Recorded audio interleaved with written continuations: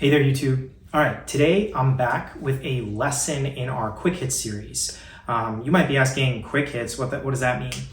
Basically, that's just what I'm calling this playlist here on YouTube, where I'm going to be talking about kind of anything drum related that comes to my mind. So it could be something like apart from a song. For instance, in our first video on our quick hits series, we did a John Bonham drum beat from Fool in the Rain. But it could also be a technique thing, a hand technique thing, a foot technique thing. Could be a rudiments or a specific pattern, a fill, a groove, or just a conceptual topic like practice tips and things like that. Basically, anything interesting drum related. All right, so today's quick hits video is I want to talk about. There's three really commonly referred to hand technique grips, how to hold on to the drumstick. And there's three in particular that I think people come across often, whether that be here on YouTube, a different social media platform, or on various drumming instructional websites, books, etc. And so I want to go over those for you today in a brief little video. All right, let's get started. So the three types of grips, stick grips, would be German grip, then it would be French grip, and American grip. And I'm going to briefly go over all three of them. So German grip is typically referred to as when a drummer holding the sticks kind of turns their hands completely over. Basically what I mean by that is the back of your hand, like where your knuckles are facing the ceiling. So you're really kind of turning the forearm over. And you, generally I think people teach this with a kind of 90-degree angle. Like if you're putting it on your drum pad or on your snare drum, you're creating kind of a 90-degree angle with the sticks. And so again, both hands, the forearms are turned over, or the wrists are turned over, I should say. And yeah, that's your German grip. This can be helpful in a lot of different ways. And there are some great players who play with this technique. Another grip that people refer to often, as I mentioned, is French grip. French grip is kind of the polar opposite of German. So we're gonna go, if we're in German, in this 90-degree shape here, we're gonna bring our sticks in completely. Thumbs up, thumbs completely up. And you're basically creating a fulcrum with your thumb and your index finger in both hands. And we're not really moving anything other than our fingers. Our fingers will be generating the stroke. This is what French grip looks like. And then the third grip is kind of an in-between the two. And that's what people refer to as American grip. So if you're in here for French or you're here for German, American grip is going to be in between here. You're basically creating like almost like a pizza shape, like a little piece of pizza pie, a little slice of pizza on the pizza pie, I should say.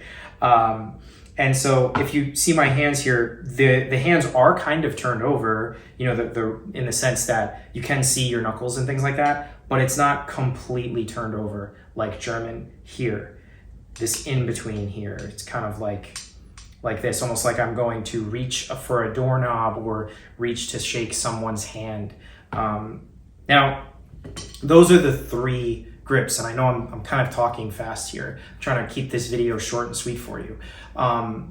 Why does it matter? I think people can, when they're studying the drums, they can overanalyze their technique. I'm a big proponent of technique. I loved studying it. I've had some amazing teachers who taught me the different types of things to watch out for and how to develop your technique. And when I had really poor technique, I ran into a ton of roadblocks.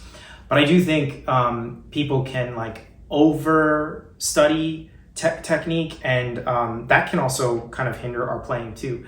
What do I use? I would say the overwhelming majority of the time, I'm here in American grip. It just feels the most natural to me. And it also lends itself really nicely to other types of techniques like the molar stroke, the molar technique. And that's a topic for another day, but I feel like, and the way it was taught to me, the American grip position really lends itself nicely for some molar strokes. But does that mean that when I'm playing on my kit, do I never go to German or do I never go to French? No, I definitely think there are times where when I'm playing through the course of a gig, through the course of a song, if I'm at a particular part of the drum set, my wrist might turn over into a German grip. Where that might come to fruition is, if I'm going to the ride cymbal, and depending upon where the ride cymbal is located, maybe I'm trying to play a bell pattern on the ride. Well, you could see right here, if this is where I'm kind of playing hi-hat type stuff, if I go to my bell and I'm over here, well, naturally I'm in that kind of German thing. Also, I could go to my ride cymbal and maybe I'm playing, jazz or I'm just, maybe I'm playing rock or pop, but I'm just kind of chipping away, nice and gently with the ride. I may be in more of almost like a pseudo French grip type position where, you could see my thumb is kind of up. The same could be said for if I'm playing, I'm looking for a particular articulation on the closed hi-hat. Maybe I'm playing super fast 16th notes, like a 16th note based funk groove, or a hip hop thing, and I'm looking for that really tight, crisp sound. I might switch from the American position into a completely French grip position where I'm using my fingers to generate the notes, and my wrist isn't moving. That would be more of a French grip type thing.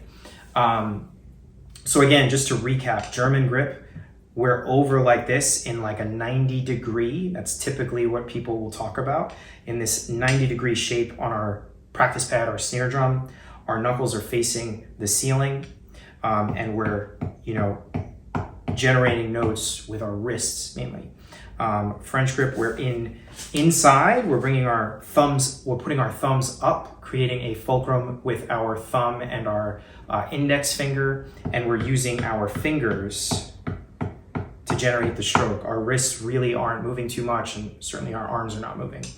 And then the third grip is the in-between. So German, French, and then American, kind of right in between.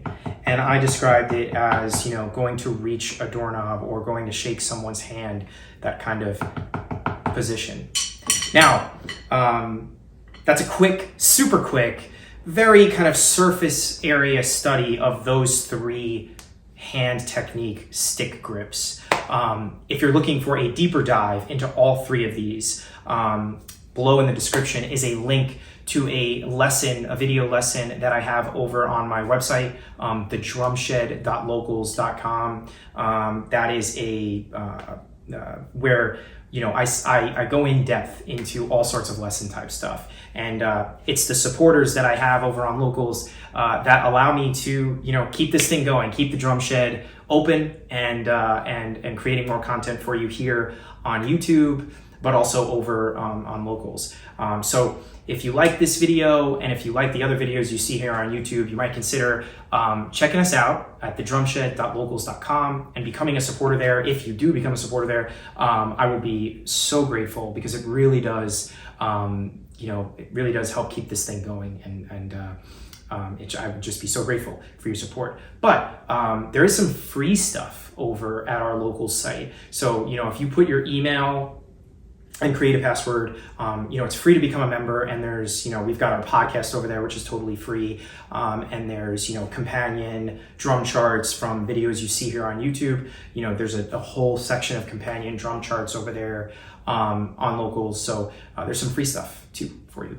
So, all right, well, listen, YouTube, thank you so much for watching this video.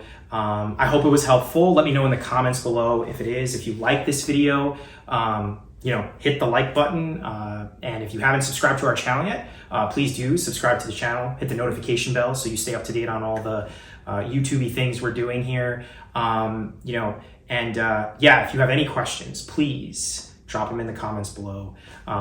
Thank you for watching this video, and I hope you have a very blessed day.